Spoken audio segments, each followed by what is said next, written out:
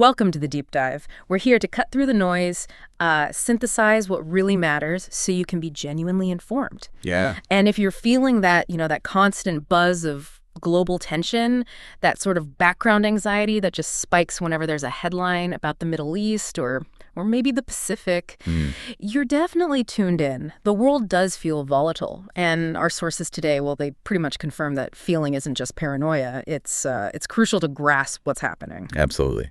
That's really the mission for us today.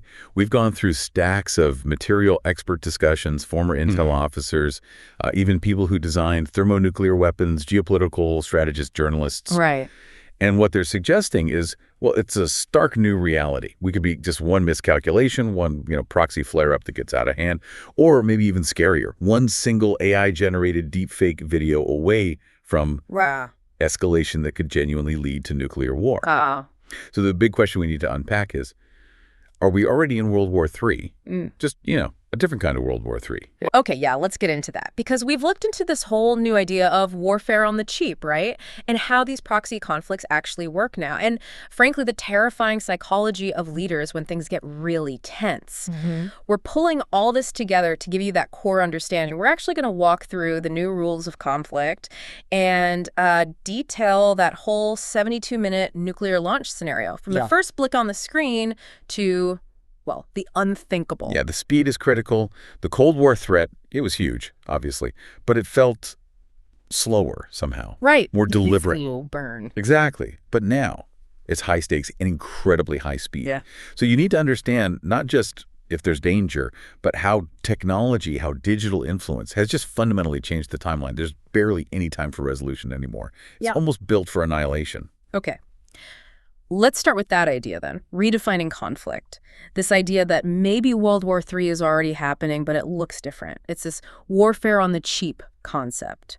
What does that actually mean? Why aren't we seeing massive tank battles between, the major powers? Well, the biggest reason is still MAD, mutually assured destruction.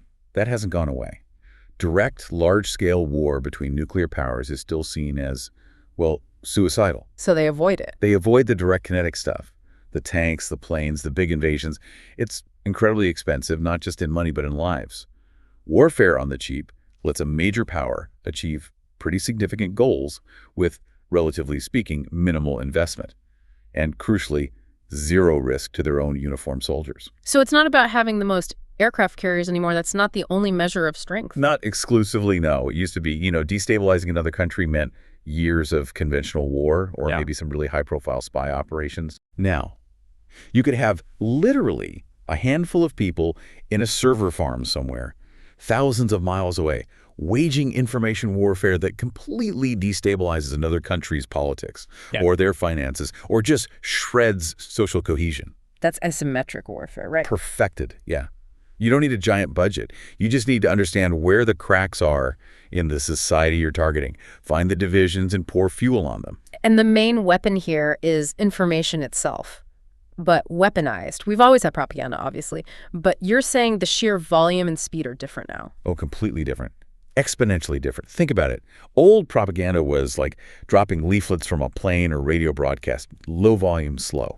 Today, the volume's practically infinite. And the speed, it's dictated by algorithms. So adversaries, Russia, China, Iran, even non-state groups, they can just tap into the polarization that already exists in a place like the U.S. Yeah, and algorithms actually help them do it. Absolutely. Yeah. The algorithm doesn't care about truth. It cares about engagement, clicks, shares, comments. Right. Anger sells. Exactly. So if some piece of really inflammatory propaganda may be completely false, gets tons of interaction, the algorithm pushes it out to millions more people. They find those existing anxieties, race, politics, vaccines, whatever, and just amplify the conflict between different groups inside the country. So the goal isn't necessarily to convince people of something specific? Not always. Often the goal is just to make the target country so tied up in knots fighting internally, paralyzed by mistrust, that it can't act effectively on the world stage. It loses its focus, its unity. That's the real national security threat now. Systemic distraction, degradation from within. Okay. And this digital chaos, this internal division, it sort of sets the stage for the more physical stuff, but done through proxies. Let's define that clearly. Proxy warfare is what exactly? It's basically when a powerful nation, let's call them the sponsor funds, trains, and arms militants, or even a government in another, usually less wealthy state. Okay. And the specific goal is to use that proxy force to damage or bleed a rival power without the sponsor getting directly involved in the fighting. And there's a kind of uncomfortable truth here, isn't there? That it's actually pretty beneficial for the sponsor nation. Oh, absolutely. Strategically, it's very attractive. If, say, the U.S. is the sponsor, they get the benefits of degrading a rival's power or influence, but they don't risk their own soldiers' lives. They don't expend their own advanced, expensive weapons. Their civilians are safe. It's outsourcing the fighting. Pretty much. Yeah. And what's more, it often allows the sponsor nation to keep building up its own military, maybe even make money selling weapons to the proxy. It's a system where the sponsor gains relative power while the proxy country bears all the human cost, the destroyed cities, the refugees. And we've seen this playbook all over, right? Libya, Syria, Yemen, obviously Russia and Ukraine right now. Yes. And maybe, critically for current tensions, the Iran-Israel conflict with the U.S. sort of in the background. This raises that really pointed question from some of our sources. Is Israel effectively acting as America's proxy against Iran? It's a tough question, but if you look at it through that proxy lens, you see this overlap. A Venn diagram, if you will. The U.S. wants to maintain its global position, keep regional stability tilted towards its allies, ensure resources keep flowing. Israel has a much more immediate existential concern. Iran potentially getting nuclear weapons, and Iran's existing proxies like Hezbollah and Hamas on its borders. Different motives, but a shared enemy. Exactly. And the U.S. provides the critical enablers, the fuel for Israeli jets, the funding, the intelligence, the really advanced bombs and missiles. So Israel can then wage a conflict that directly serves that shared goal of pushing back against Iran, degrading its capabilities. And it's Israeli lives and Israeli equipment being used, not American. Which, from a purely strategic, if cynical, standpoint, fits the proxy model perfectly. It's the convenience factor. That's why this model is so central to understanding conflict in the 21st century. Okay, let's pivot then. Because underlying all these regional conflicts, all this proxy stuff, is the ultimate threat, the one that could end everything, the nuclear launch scenario. 9 countries have the bomb.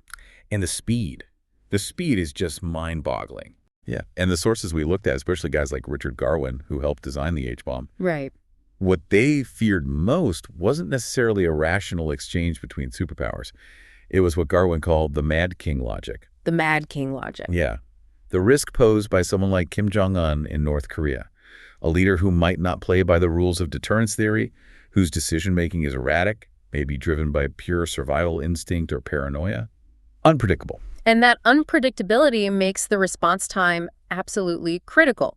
You mentioned a 72-minute scenario earlier. Let's break that down. How fast does this actually unfold? Start with detection. Okay, so the instant an ICBM launches, the clock starts. Our first alert comes from satellites way out in geosynchronous orbit, about a tenth of the way to the moon. Wow. These things are incredibly sensitive. They pick up the intense heat from the rocket exhaust in less than 1 second.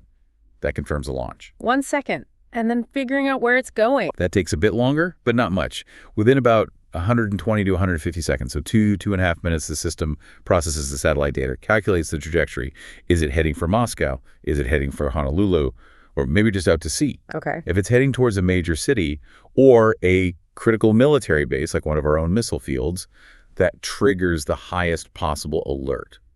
And that's when the really terrifying part kicks in. Which is the U.S. policy of launch on warning. Once that trajectory is confirmed as a threat, why is there basically no time to wait? Because the decision window is brutally, almost inhumanly short.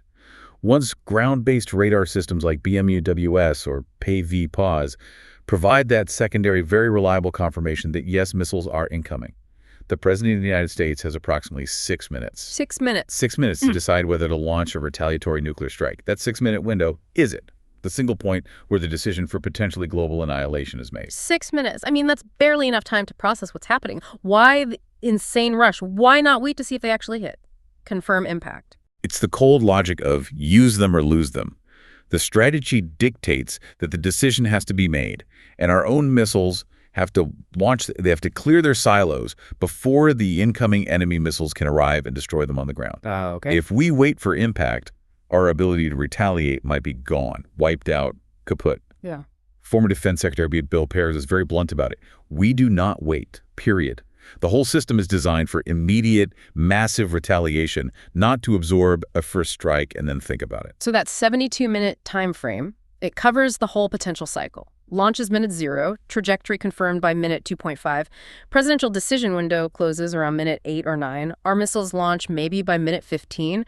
Then they fly for, 30 minutes? Roughly, yeah, for ICBMs. So the first impacts could be happening around 45 minutes after the initial launch, but the retaliatory strikes are already well underway. The whole initial exchange, the fate of the world decided, happens in under an hour. The public wouldn't know a thing until it was basically over. That's the chilling reality of the speed. Okay. Inside that pressure cooker, the National Military Command Center in the Pentagon. The president gets the call. What happens then? Sources mention this weird psychological aspect. Yeah, it's fascinating and disturbing.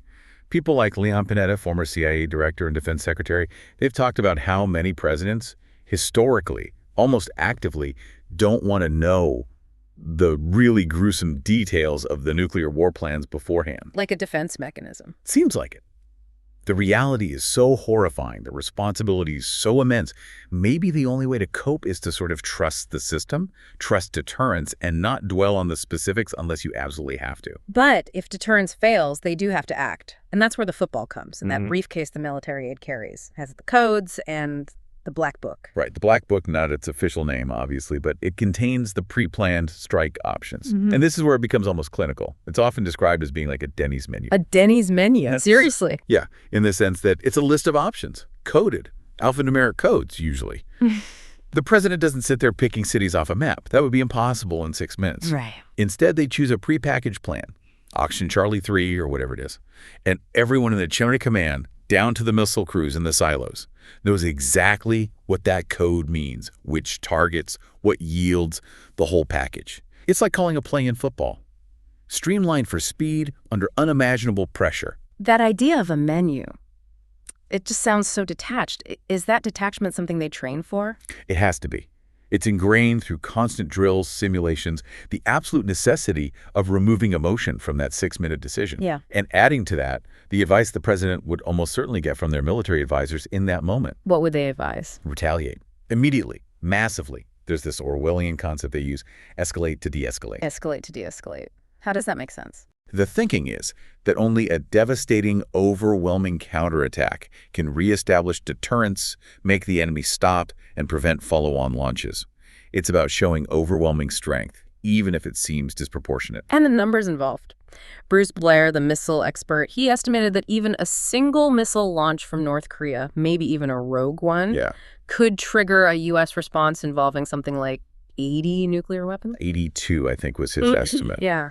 It's not about tit for tat. It's about ensuring the source of the threat is completely eliminated. Even if that first launch was, I don't know, a mistake, a malfunction, the doctrine is built for total response, which pretty much guarantees escalation. Okay, let's bring this back to the regional hotspots that could actually trigger such a nightmare.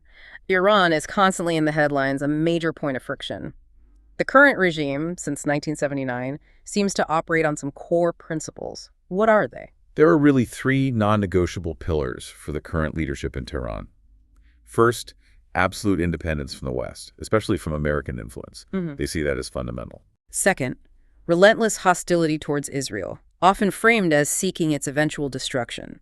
They view Israel as sort of an illegitimate American outpost. Right.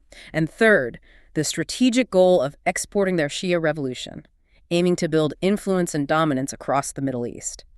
Compromising on any of these would basically undermine the entire regime's legitimacy. And that ambition crashes directly into U.S. interests in the region. Fundamentally, U.S. policy for decades has been about maintaining stability that favors its allies, often the Sunni Arab states like Saudi Arabia, largely to ensure the flow of oil and maintain influence. Right. Iran's goal of creating a Shia crescent, a land bridge of influence stretching from Tehran through Iraq, Syria, Lebanon, right to the Mediterranean Sea, that directly challenges U.S. dominance and the security of its allies and energy interests.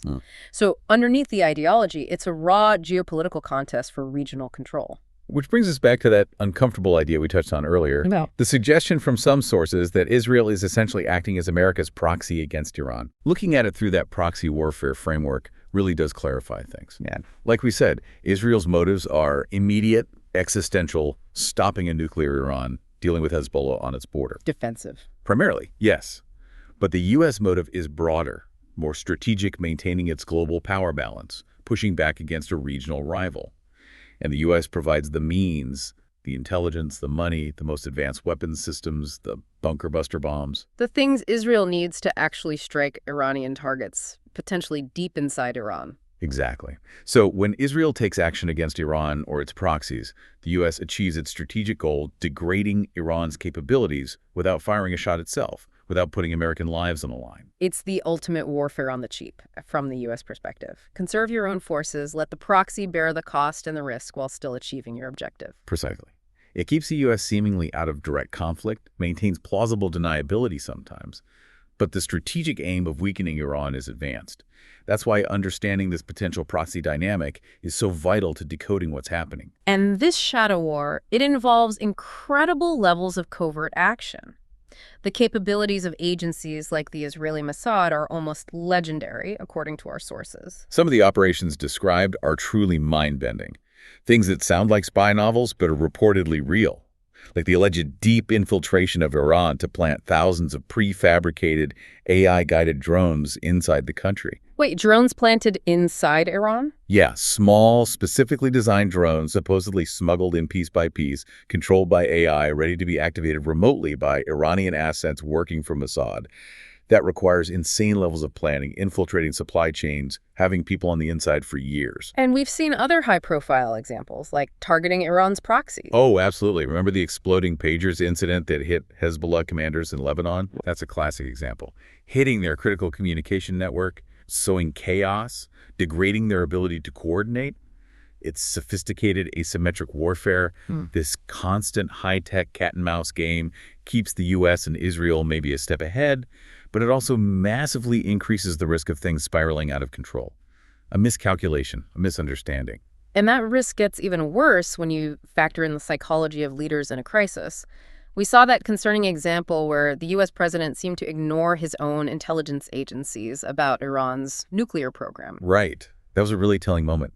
The Director of National Intelligence, the DNI, representing the consensus of the entire U.S. intelligence community, assessed that Iran was not immediately capable of actually weaponizing a nuclear device, meaning they couldn't stick it on a missile right away. It's the highest level assessment you can get. Exactly, fully vetted. Yet the president at the time publicly dismissed or downplayed that assessment, sticking to the narrative of an imminent, urgent threat.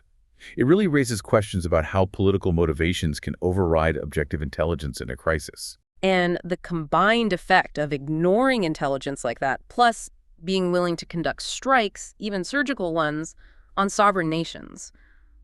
What message does that send globally? It sends a really dangerous message, especially to non-nuclear countries. It basically says, your sovereignty, your borders, they aren't really respected unless you have nuclear weapons to back them up.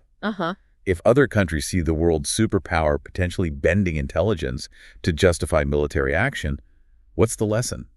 Get your own nukes.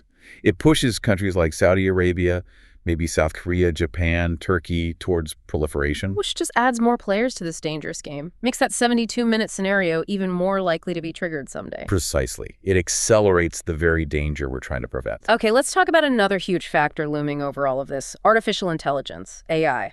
There's a lot of fear about AI merging with weapons, creating a whole new kind of existential threat. Maybe even AI making launch decisions someday. It's a valid fear, but what's kind of ironic is that the people who built the nuclear command and control system, the C2 system, they actually anticipated digital vulnerabilities decades ago. Really? How? The U.S. nuclear C2 system, at its core, is deliberately, surprisingly, analog. Old school. Analog? In what way? Why is that safer? Well, for example, some of the guidance systems on older submarine-launched missiles literally use star sighting to confirm their position and trajectory, like a super high-tech sextant. Wow, like ancient mariners. Kind of. But the point is, it relies on physics and astronomy, not software that can be hacked or spoofed. There's no digital backdoor to compromise the core navigation.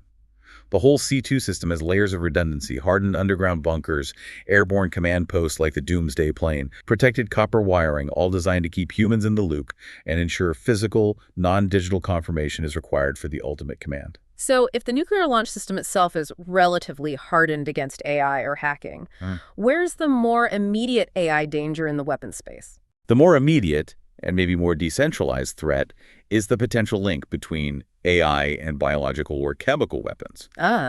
Unlike nuclear weapons, which require incredibly rare materials like plutonium and massive industrial infrastructure, basically state-level resources, AI could potentially design novel biological weapons, new pathogens, or deadly chemical compounds using information that's already publicly available online, genetic sequences, chemical databases. So AI could basically become a super fast R&D lab for bioweapons. Exactly. It dramatically lowers the barrier to entry. A sophisticated non-state group, or even a lone actor with the right skills, could potentially use AI to design something horrific, a highly contagious virus, maybe one resistant to existing treatments, a task that used to require years and huge labs. That's a much more accessible form of WMD, potentially. And we're already seeing AI in drones and things, right? Yeah. We are. We're seeing autonomous drones, like those Shahed drones used by Russia in Ukraine, sometimes found with advanced Western chips inside, capable of navigating and hitting targets even if their GPS is jammed. The next step people worry about is fully autonomous AI-driven drone, swarms multiple drones, coordinating attacks without direct human control. That technology is developing fast. Okay, stepping back. If the worst happens, if nuclear war actually begins, what about civilization itself, the infrastructure that keeps everything running? That brings us to the nightmare scenario of an electromagnetic pulse, or EMP. And this doesn't even require missiles hitting cities directly. Right. A single nuclear weapon, detonated high in the atmosphere, maybe disguised as a satellite launch gone wrong, could unleash a massive EMP wave. It's not about the blast on the ground. It's about the electrical surge. What would that surge actually do? It would basically fry any unprotected electronic circuits across potentially an entire continent instantly. The power grid goes down. The entire grid, communications networks, banking systems, all digital money vanishes. Transportation control systems, water purification plants, everything that relies on electronics. It wouldn't just be a blackout, it could be the end of history in the sense that the ability to coordinate any response, distribute food, maintain order, even just report what happened, it could all just disappear in a flash. Society grinds to a halt. That's utterly terrifying. And beyond the EMP, we have to look at the direct effects of the bombs themselves.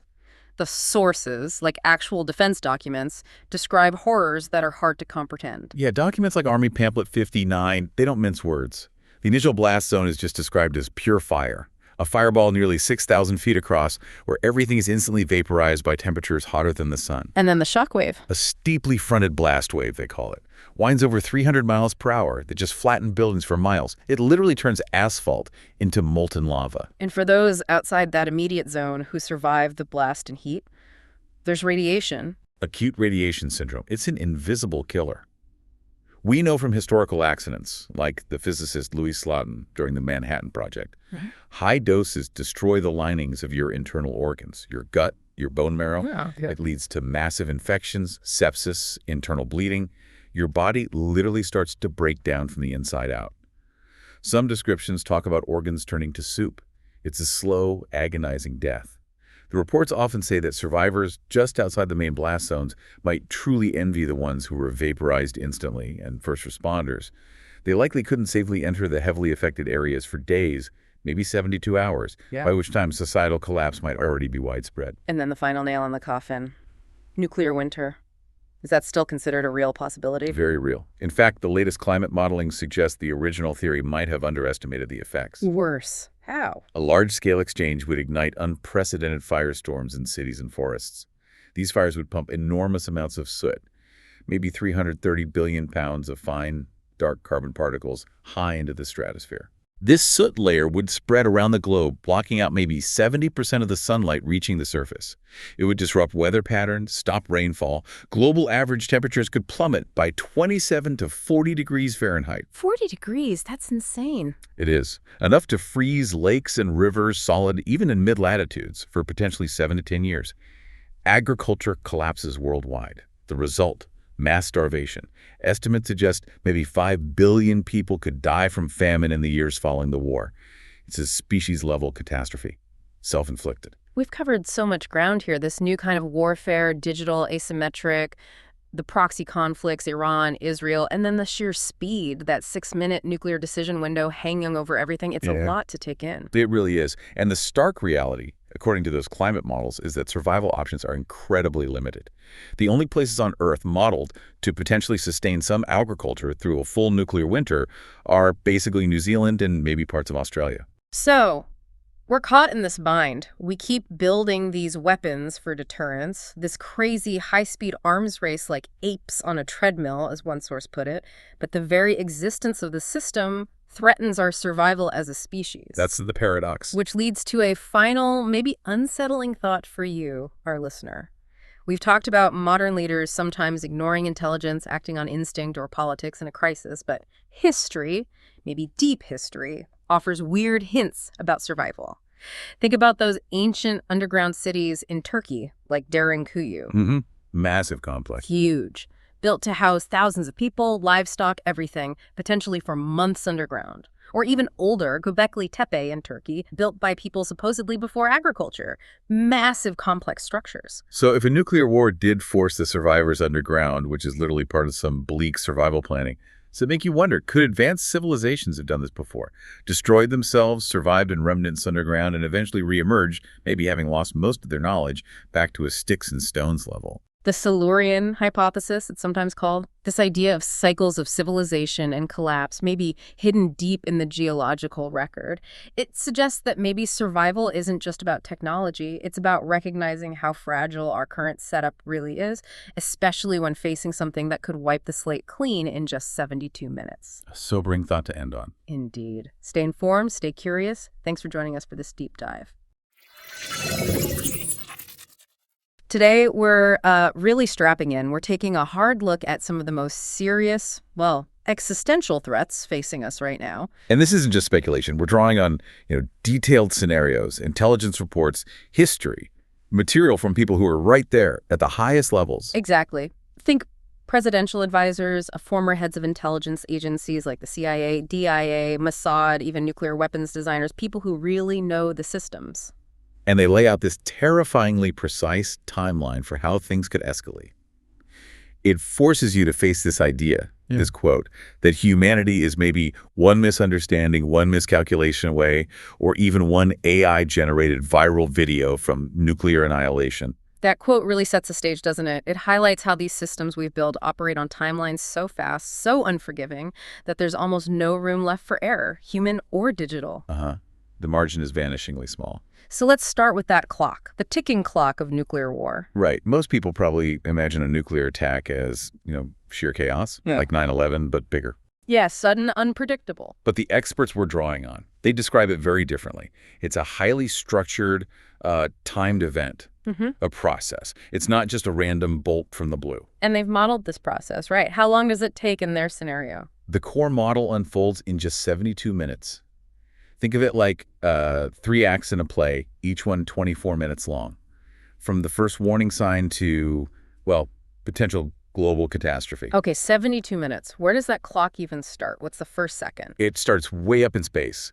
The U.S. has these huge early warning satellites parked in geosynchronous orbit. They're about the size of a school bus, maybe a tenth of the way to the moon. And they're just watching. Constantly watching. They have sophisticated infrared sensors, basically staring at potential launch sites, North Korea, Russia, places like that.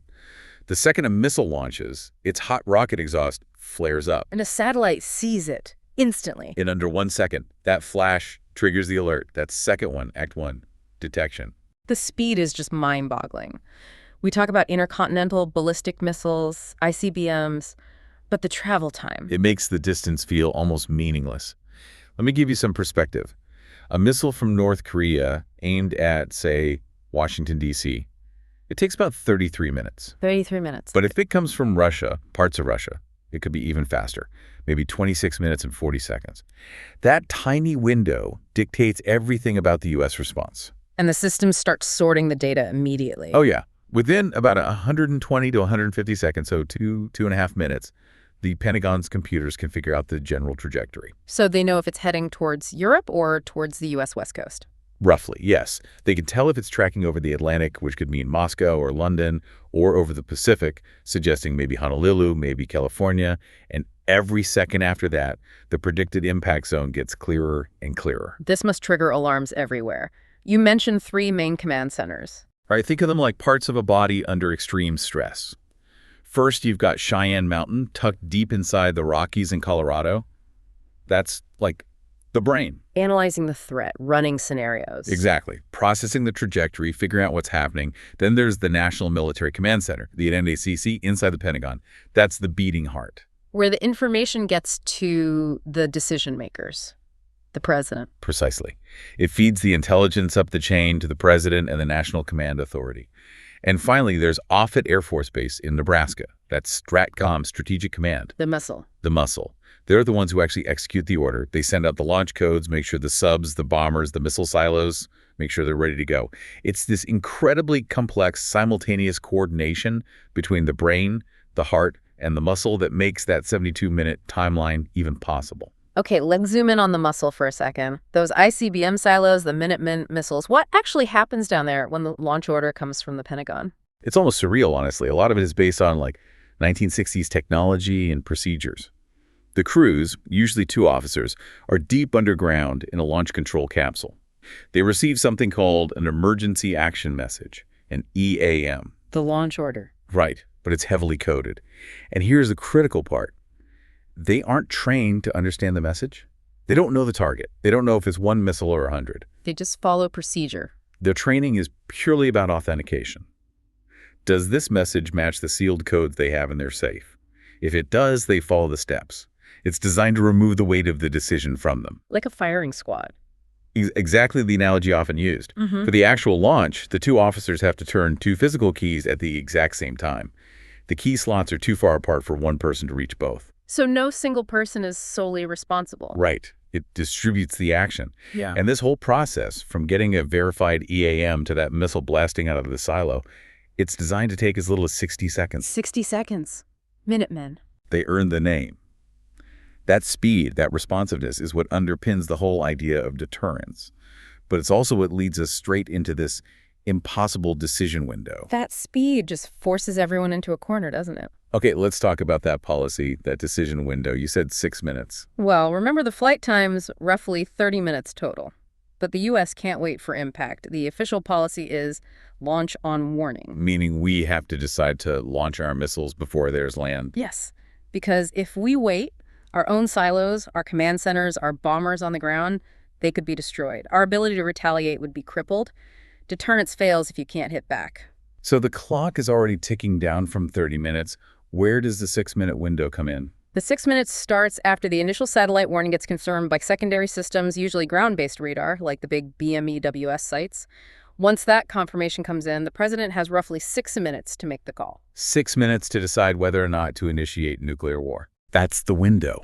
It's driven by that cold, hard logic. Use them or lose them.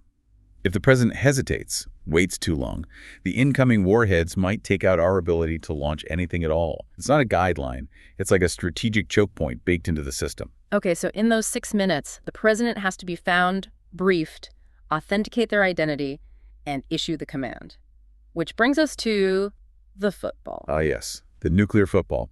Officially, it's called the emergency satchel. It's carried by a military aide, one of 5, who is literally tethered to the president 24/7, never leaves their side. There was that story about Clinton and Syrian security. Right.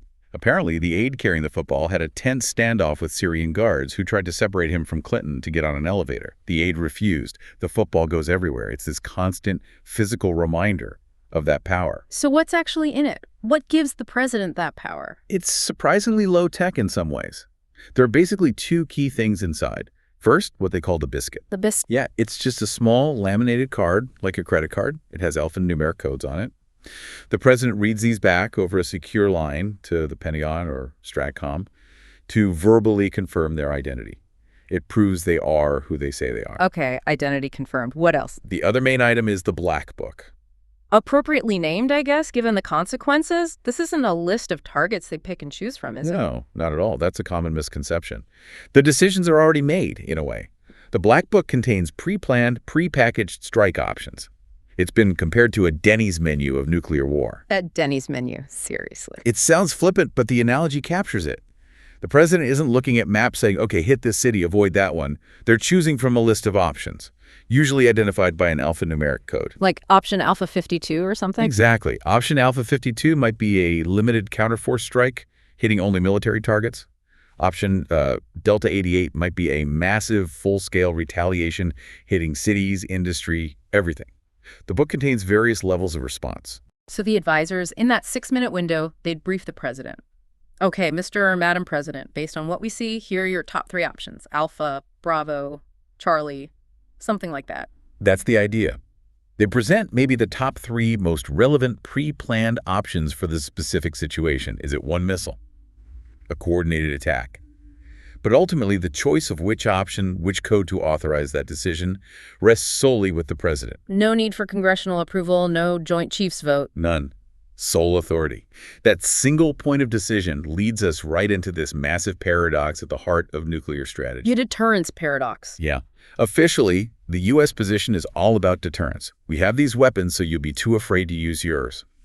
Simple enough. It sounds logical on the surface. But the operational reality, when you dig into the actual war plans, as analysts like the late Bruce Blair did, it's terrifying. If, say, North Korea managed to launch just one nuclear missile that was confirmed heading towards the U.S., the pre-planned response isn't to launch one back. According to Blair's analysis based on leaked documents and interviews, the standard plan involves launching 82 nuclear weapons in response. 82? For one. That's insane. That guarantees escalation, doesn't it? That's the doctrine of escalate to de-escalate. That sounds completely Orwellian, I know. The idea, the theory, is that the only way to stop a nuclear war once it starts is to hit back so hard, so overwhelmingly, that the enemy is immediately crippled or completely deterred from launching anything else. But it relies on the assumption that the other side can be de-escalated after you've just launched 82 nukes at them. That feels like a massive gamble. It is. It's the core paradox. Deterrence only works if it never fails. The moment it fails, the system is designed for catastrophic mutual destruction. And, critically, once that launch order is given and the missiles are away, there's no turning back. No recall. President Reagan apparently misspoke about this once, suggesting submarine missiles could be recalled. They cannot. Once they're fired, they're going to their targets. Full stop. This complete irreversibility puts unbelievable pressure on that single decision maker. And that brings up a really uncomfortable question. The question of cognitive health and trust. Exactly. If the decision hinges on 6 minutes of data, presented under unimaginable stress by advisors who might themselves be pushing for action, can we trust that process if the leader at the top is, say, experiencing cognitive decline? Or maybe just deeply distrustful of their own intelligence experts? This is maybe the biggest vulnerability in the whole system, according to the sources. It's not technical, it's human. Imagine a president in that 6-minute crucible who decides, you know what, I don't believe the director of national intelligence on this. I think they're wrong about Iran. Or I don't trust the Defense Intelligence Agency's damage assessment. If they marginalize the experts in that moment, the risk goes up exponentially. Yeah. And there's this concept the insiders talk about, jamming the president. Jamming the president, what does that mean? Because of that, use them or lose them imperative, and the sheer speed required, the military advisors around the president are almost conditioned through endless drills and planning to recommend launch. Their advice in that moment isn't usually, should we launch? It's, which launch option should we choose? So they use the time pressure and the weight of military opinion to push the president towards executing one of the pre-planned options. Essentially, yes. They can frame the situation in a way that makes not launching seem like the far riskier, more catastrophic choice. It overrides caution. Which means the system itself is biased towards action, towards retaliation. And historically, some leaders haven't even wanted to know the details. That's right. Leon Panetta, who served in multiple high-level roles, confirmed that some presidents, like Clinton apparently, found the actual details of the Black Book and the effects of nuclear war just too horrifying to engage with directly. They preferred ignorance. They preferred to trust that deterrence would hold, so they didn't need to stare into the abyss, so to speak. But that kind of willful ignorance becomes incredibly dangerous if the person in charge during that 6-minute crisis is unstable, erratic, or just fundamentally doesn't trust the system they're supposed to command. Okay, so we have this legacy system, ICBMs, bombers, subs, built on speed, and this terrifying 6-minute window.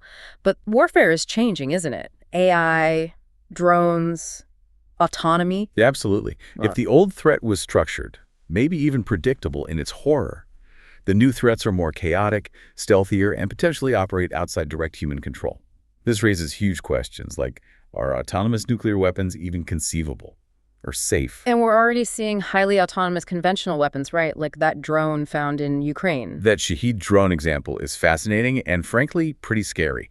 It was Iranian-made, but when they took it apart, they found a high-end NVIDIA processor inside that's U.S. tech, the kind used for serious AI. Wow, and it had Chinese parts, too. Yeah, sophisticated Chinese anti-GPS jamming technology.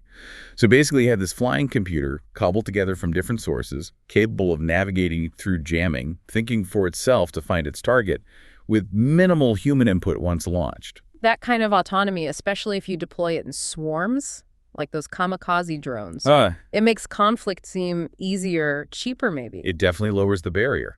If you can send waves of cheap, disposable AI-driven weapons that don't risk your own pilots or soldiers, the decision to engage in conflict becomes, well, less costly in human terms up front. That increases the likelihood of conflict. But does AI pose a direct threat to the nuclear command system itself? Can it hack the launch codes? That's where it gets interesting. The core strategic nuclear systems are surprisingly analog. Many ICBMs, and especially submarine-launched missiles, don't rely on GPS. They use things like stellar navigation, literally sighting stars for guidance. So they're hard to hack digitally. Very hard. Most experts seem to think the biggest existential threat from AI right now isn't hacking the nukes, but rather in the realm of biological and chemical weapons. How so? AI can massively accelerate discovery and design. It could potentially figure out how to create novel, incredibly virulent pathogens or new chemical agents just by analyzing publicly available scientific data. It could basically write the recipe for a devastating bioweapon, making it accessible in ways it never was before. That's a huge proliferation risk. But the debate about autonomous weapons, even conventional ones, is still raging. Oh, definitely. There's one argument, maybe a bit controversial, that says AI weapons, if programmed strictly with the rules of war, might actually be more ethical than, say, an 18-year-old soldier who's tired, scared, and makes a split-second mistake. The AI wouldn't be emotional. Right. But the counterargument is the classic AI risk. What happens if the AI's goal conflicts with human safety? What if it prioritizes completing its mission or even self-preservation above all else? How do you guarantee control once it's making its own lethal decisions? The potential for catastrophic miscalculation is enormous. This move towards deniable weapons, autonomy, and influencing conflicts indirectly. It leads us straight to the idea of proxy wars, like the situation between Iran and Israel. Exactly. A proxy war is basically when a major power uses a conflict in another region, funding and arming one side, to weaken its main rival without having to commit its own forces directly. And the argument in the source material is that the U.S. uses Israel in this way against Iran. That's the analysis presented, yes. That the massive U.S. military aid, intelligence sharing, and weapons sales effectively empower Israel to conduct operations against Iran and its proxies, like Hezbollah. This serves the U.S. strategic goal of containing Iran and maintaining influence in the Middle East, even if Israel's primary motivation is its own national security.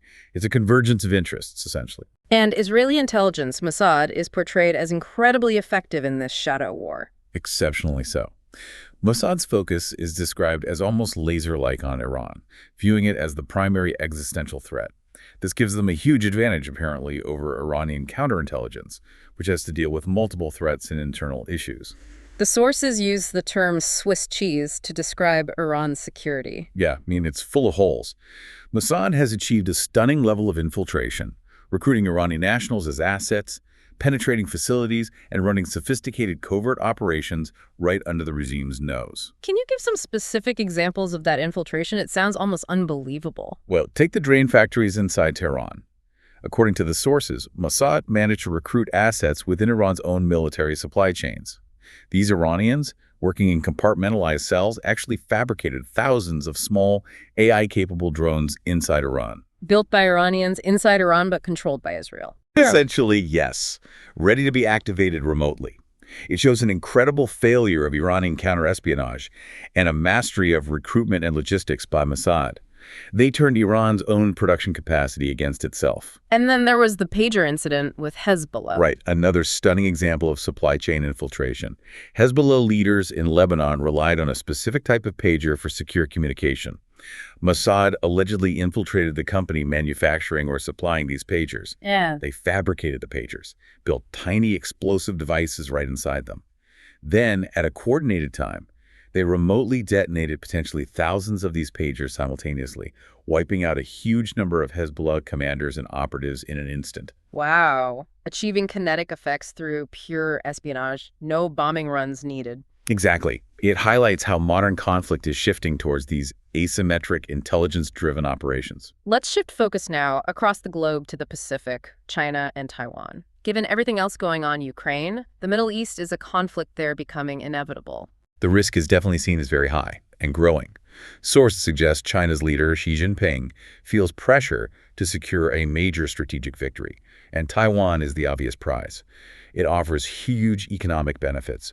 Semiconductors, yes, but also infrastructure, intellectual property. But does it have to be a full-scale D-Day style invasion? Yep. Ships, planes, missiles? Maybe not. That's the worrying part. China might be pursuing what some call an administrative invasion. Meaning they achieve control without a massive fight. They could do it by political infiltration, gaining influence, or even a majority in Taiwan's parliament through pressure, disinformation, economic leverage. Or they could simply blockade the island. Cut off shipping. Yes. Block key shipping lanes, effectively strangling Taiwan's economy without firing many shots. It's a slower, perhaps less internationally condemned way to achieve the same goal. Annexation. And if a more direct conflict does happen, what might trigger it economically? A key trigger point everyone watches is rare earth minerals. China controls a lot of those, right? A huge percentage of the global supply. And these minerals are absolutely critical for Western technology, smartphones, electric car batteries, wind turbines, and crucially, advanced military hardware like the F-35 jet. So if China cut off the supply? It could cripple Western manufacturing almost overnight. It would likely force a confrontation, potentially allowing China to claim it was reacting to Western economic pressure or aggression. It's a powerful economic weapon. And the U.S. position. We have a commitment to defend Taiwan, but... There's a sworn promise. Yes, the policy of strategic ambiguity notwithstanding. The reality is, with the U.S. and its allies stretched thin by Ukraine, the Middle East, and internal political divisions, mounting a unified, effective global response to a Taiwan crisis looks harder now than it did even a few years ago. Which brings us back, unfortunately, to the worst-case scenario. If deterrence fails anywhere, Russia, North Korea, China, maybe even Iran, Israel escalating uncontrollably, what actually happens when a nuclear weapon detonates? The sources are chillingly specific. Let's take a relatively small warhead by modern standards, say 300 kilotons. What does that do to a city? Instantly, you get a fireball nearly 6,000 feet across. Pure combustion, incinerating everything. Then comes the blast wave, traveling faster than sound, flattening reinforced concrete buildings miles away. Glass becomes lethal shrapnel for maybe 10 miles or more. Streets melting. Literally molten asphalt. Third and fourth degree burns over vast areas. And crucially, remember what the former FEMA director, Craig Fugate, said? You're on your own. Exactly. No cavalry coming. No first responders can operate in that environment. If you survive the initial blast and fire, you're dealing with trauma, burns, radiation, and no help is coming. His advice was grim. Hope you stocked Pedialyte, because dehydration from burns would be rampant. There's also the devil scenario mentioned in the sources, hitting a nuclear power plant. Yes, targeting something like, say, the Diablo Canyon nuclear plant in California with even a conventional or small nuclear weapon. That would just be a blast. It would vaporize the radioactive core material. Spreading radiation. How far? The modeling suggests it could contaminate land potentially all the way to Colorado, render huge swaths of the country uninhabitable for thousands of years. It's an environmental catastrophe beyond comprehension, a weaponized meltdown. And even if you're far from the blast, there's radiation sickness.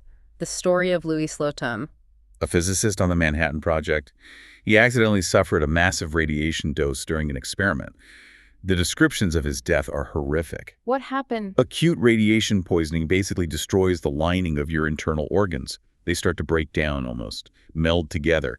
Massive internal bleeding, uncontrollable infections, sepsis. He died in agony just 9 days later. That's the fate awaiting many survivors in a fallout zone. But the truly global threat, the one that affects everyone on Earth, is nuclear winter.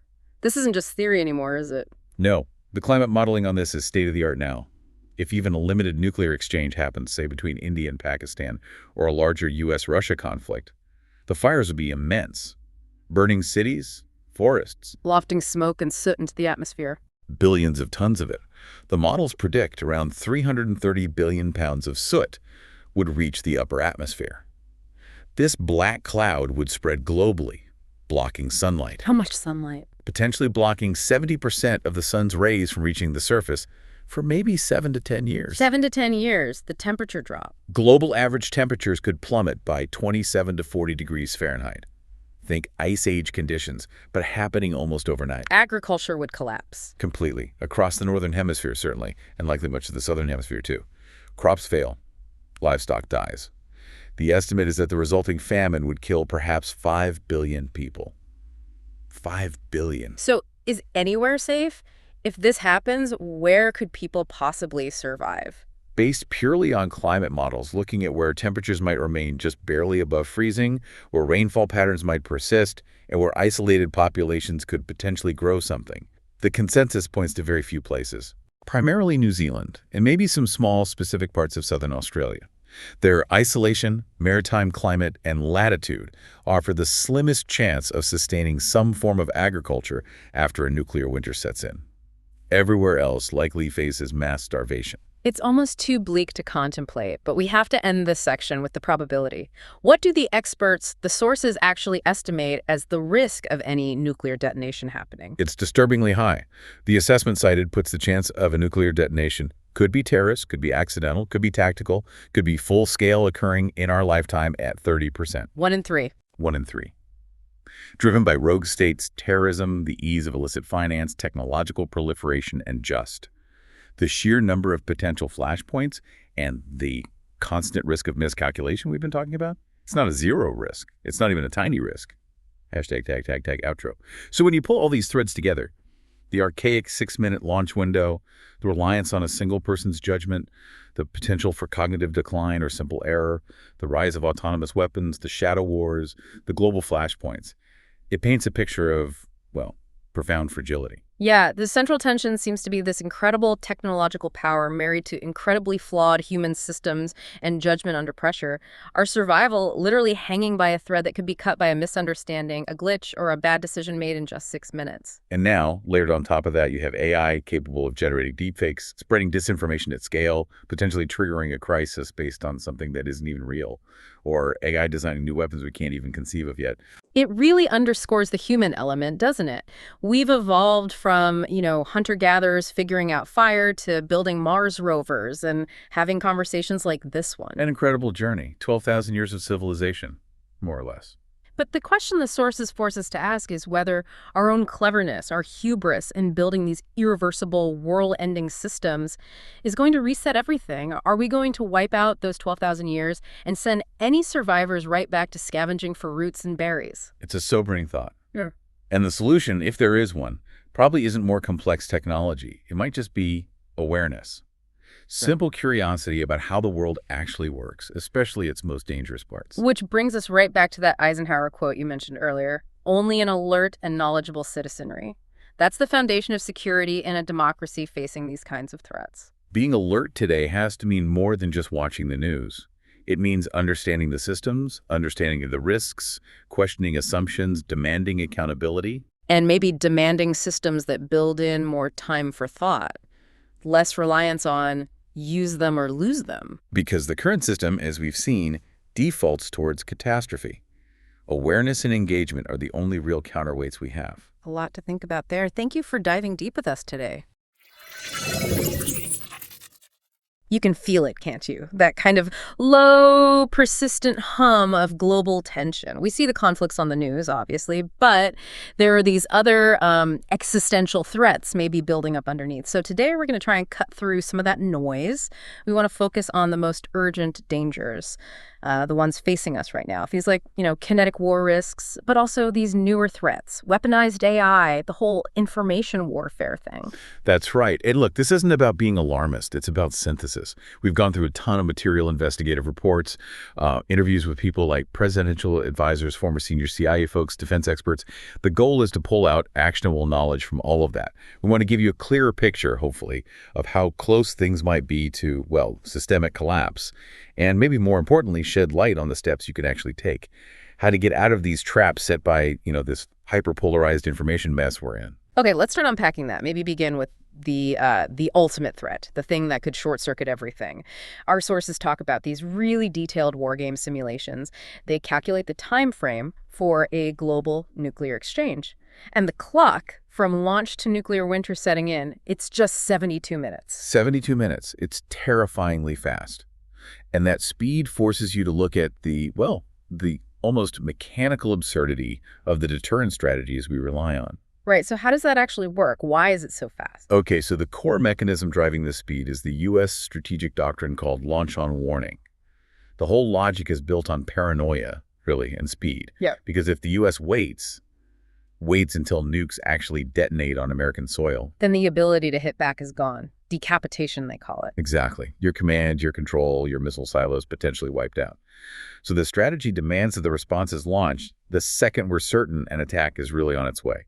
No waiting for impact. Which sounds like it's designed for maximum speed, but zero deliberation. How much time does the president actually get? It's unbelievably tight. The sources confirm it's about a 6-minute window. 6 minutes? Yeah.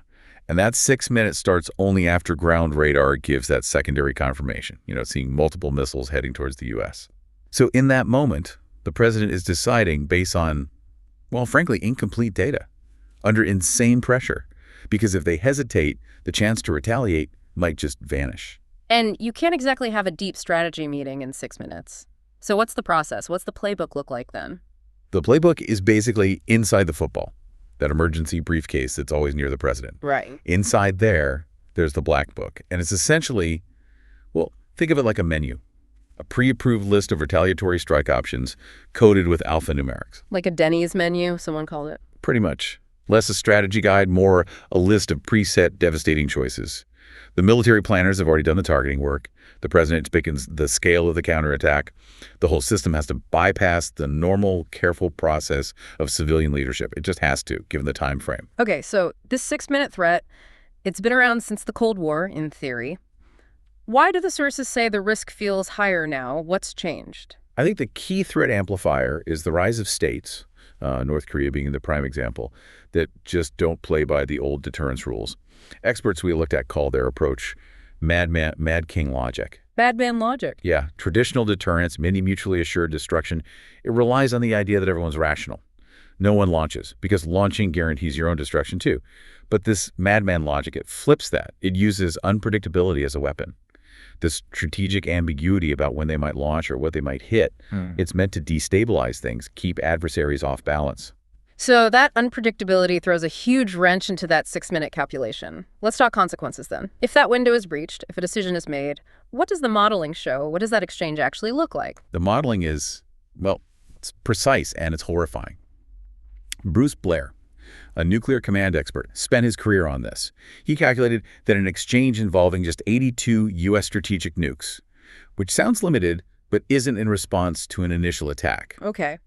That would throw about 330 billion pounds of soot and debris way up into the atmosphere. It doesn't just stay local, it gets lofted right into the stratosphere. And the result of that is what we call nuclear winter, according to the climate models. Exactly. That soot blanket basically blocks about 70% of the sun's light from reaching Earth. 70%. For 7 to 10 years. Yeah. And if you block 70% of sunlight, well, global agriculture just collapses. Yeah. Completely fails. So you're looking at massive, widespread famine afterwards, climate collapse. The sources estimate that could lead to 5 billion dead globally.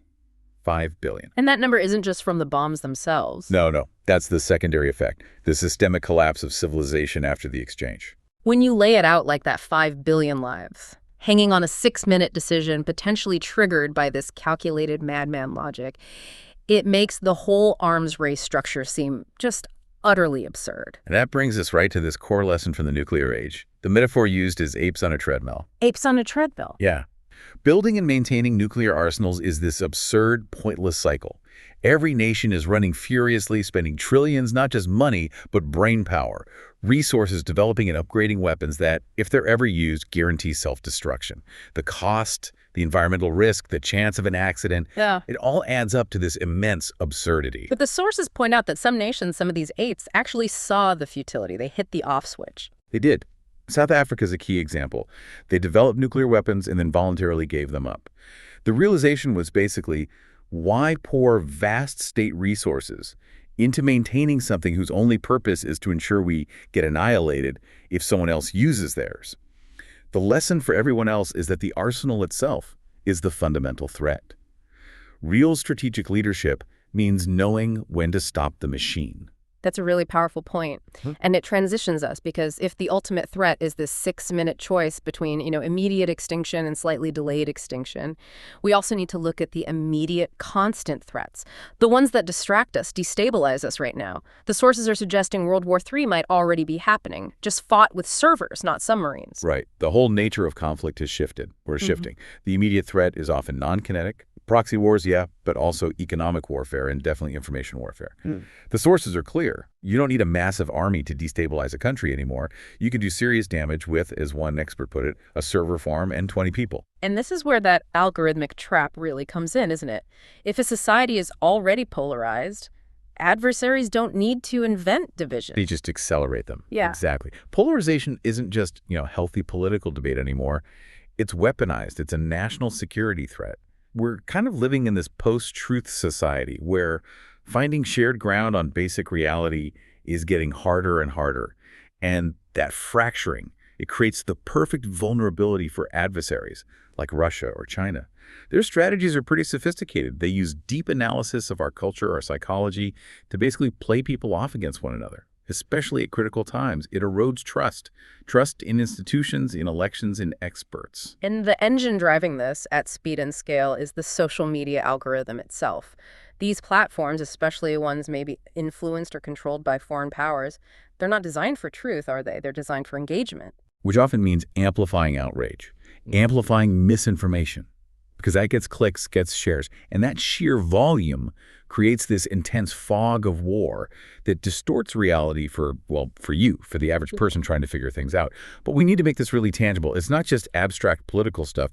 It affects your wallet, your sense of safety. Okay, so tell us more about that, the specific immediate danger of things like deepfakes and scams based on the sources. Yeah, this is happening daily. It's an economic attack, a psychological one too. The sources had some alarming examples. One was a single mother who lost 3,000 pounds, a lot of money, to an investment scam. And the scammers used a really convincing deepfake video. It looked like a well-known financial host telling her to join this fraudulent group. The key thing for you, the listener, to understand is that this isn't sci-fi anymore. Deepfakes are being deployed now as personalized, mass-scale tools for fraud, basically exploiting the trust people have in familiar faces. Okay, so the information battlefield is the immediate front line. How does advanced AI fit into this picture? You mentioned something earlier about nuclear systems being different. Yes, that distinction is really crucial. We need to separate the analog past from the digital future here. It's actually kind of stunning, but many core nuclear weapon systems are deliberately kept analog for security reasons. Analog, like old tech. Pretty much. Or submarine-launched missiles, for example. As a key backup, they can still navigate by star sighting, using sextants, basically. This lack of digital connection, it's intentional. It creates a deliberate barrier against hacking. If a system isn't networked, you can't hack it remotely. The idea is to prevent some kind of digital Pearl Harbor scenario targeting our nuclear codes. Okay, that's actually a massive relief in a way, that AI probably isn't going to accidentally launch nukes next week. So where is the real danger with AI in warfare then? The real immediate and frankly terrifying AI threat is when you pair it with biological and chemical weapons. See, AI doesn't need to control a missile silo to be devastating. It just needs access to data. AI can synthesize, design, optimize, create novel biological and chemical agents on paper using publicly available research, open source data. How does it change things? How does it lower the barrier? Exponentially. Creating mass casualty bio or chem weapons used to require huge state resources, specialized labs, PhDs, years of work.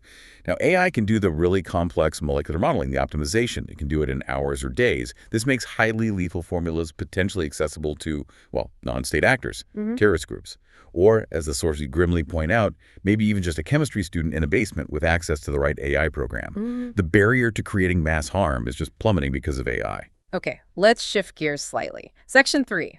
Mitigating collapse, finding agency. It's easy to feel kind of paralyzed hearing about, 5 billion dead scenarios and weaponized algorithms everywhere, but the sources did offer some concrete examples, some ways to maybe gain a bit of control. Right, and the first step is really understanding the system you're trying to navigate, maybe even escape. Right. Take the technology we use for surveillance.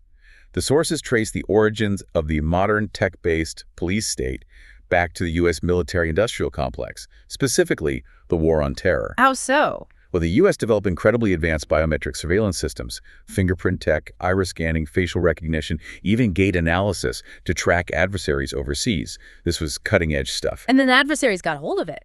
Exactly. China systematically, according to the sources, stole and copied this exact U.S. biometric surveillance infrastructure, and then they deployed it against their own population. Policies like Physicals for All, collecting DNA, iris scans, biometric data on millions, this whole apparatus of technological control. It was built on the foundation of surveillance tools first developed and perfected by the U.S. security state. It's this profound irony. The military-industrial complex inadvertently equipped its biggest competitor. Wow. Okay, so that's the system level. What about personal mitigation? The sources mention people making some really radical choices to try and escape this polarization trap. There was one specific example, Andrew, a former CIA officer. Yeah, Andrew's decision was pretty stark. He basically plans to leave the U.S. entirely by 2026. He views the current level of polarization as just unsustainable, especially for raising kids. He sees the U.S. as a country of, in his words, decreasing influence, and he wants to raise his children as global citizens.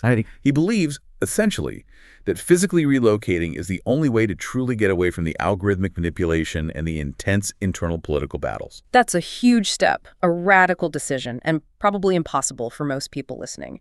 So for you, the listener, who maybe can't just up and move to Switzerland, what small, immediate steps can you take? How do you escape the algorithm trap from where you are? Well, the primary defense really is intellectual diligence. We call it the curiosity defense.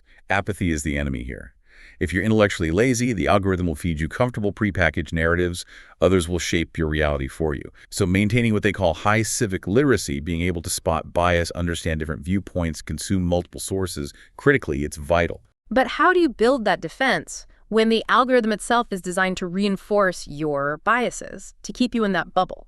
Okay, so here's where we get to a more controversial but maybe effective tactic mentioned by the experts. It's about learning how to create the bad content yourself. Create it, like learn to troll. Sort of. Actively learn how trolling works.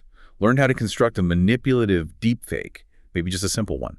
Understand how clickbait disinformation is engineered. Because once you understand the mechanics of manipulation, how easily things like confirmation bias are exploited, you become more immune to it when it's used on you. If you can see the gears turning behind the curtain, you're less likely to fall for the trick. Right, using knowledge of the offense as a defensive shield. That makes sense. And it kind of leads us back to the core idea here, doesn't it? Absolutely. Yeah. We can almost wrap this whole thing up with some timeless advice. It applies just as much to the 6-minute nuclear window as it does to the constant algorithmic threat. It comes from Eisenhower. Not his famous warning about the military-industrial complex, but a less-known follow-up to his farewell speech. He warned that real security, lasting security, is ultimately achieved only through an alert and knowledgeable citizenry. You just have to know the game being played against you, whether it's kinetic or digital. Okay, so that brings us to our final summary. We've unpacked this core tension. The world faces collapse, yes, from that terrifyingly short nuclear decision window, but also from the equally rapid erosion of truth and security through digital warfare. We need to be just as alert to the invisible algorithmic threats manipulating our reality as we are to the potential incoming missile threat. And maybe leave you with this final thought to chew on. We talked about that classic paradox of nuclear deterrence, more weapons, somehow means more safety. But think about this contradiction in the new digital era. The one group absolutely essential for preventing conflict, diplomats, negotiators, the people who work slowly, carefully through nuance. Right. They are constantly being undermined, outpaced by the sheer speed and scale of the digital information age. So if diplomacy literally can't keep up with the algorithm that weaponizes every tiny grievance, who is actually left to argue for peace? And what's the new hill that we're all being subtly manipulated into dying on? A lot to think about there. We encourage you to engage with these ideas, challenge your sources, and definitely maintain that intellectual diligence. Thanks for joining us for this deep dive.